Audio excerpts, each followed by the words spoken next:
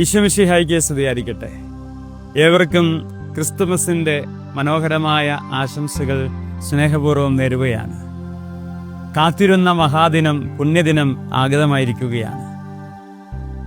Christmas എന്ന വാക്കിൻ്റെ അർത്ഥം നമുക്കറിയാം. ക്രൈസ്റ്റ് മാസ്, ക്രിസ്തുവിൻ്റെ ബലി എന്നാണ്. നമ്മളൊക്കെ ഒരുപക്ഷെ തെറ്റിദ്ധരിച്ചിരിക്കാം അത് ക്രിസ്തുവിൻ്റെ ജനനമെന്ന്. അല്ല, ഒരു ദൈവം തൻ്റെ പ്രിയപ്പെട്ട അപ്പൻ്റെ ചങ്കിൽ നിന്നും ഭൂമിയിൽ ബലിയായതിൻ്റെ ഓർമ്മയാണ് ക്രിസ്മസ്. പട്ടുമത്തയിലോ മനോഹരമായ പുണ്യമാളികളിലോ ഒന്നുമല്ല അവൻ പിറന്നത്. കാലിത്തൊഴുത്തിലെ പാവപ്പെട്ട മൃഗങ്ങൾ അന്നം തിന്നുന്ന അപ്പത്തിൻ്റെ തൊട്ടിയിൽ അപ്പമാകേണ്ടവൻ ബലിയായി പിറന്നതിൻ്റെ ഓർമ്മയാണ് ക്രിസ്മസ്. ഞാനും നിങ്ങളുമൊക്കെ ഇന്ന് ക്രിസ്തുമസിൻ്റെ ഹാപ്പി ക്രിസ്മസ് കൈമാറ്റം ചെയ്യുമല്ലോ.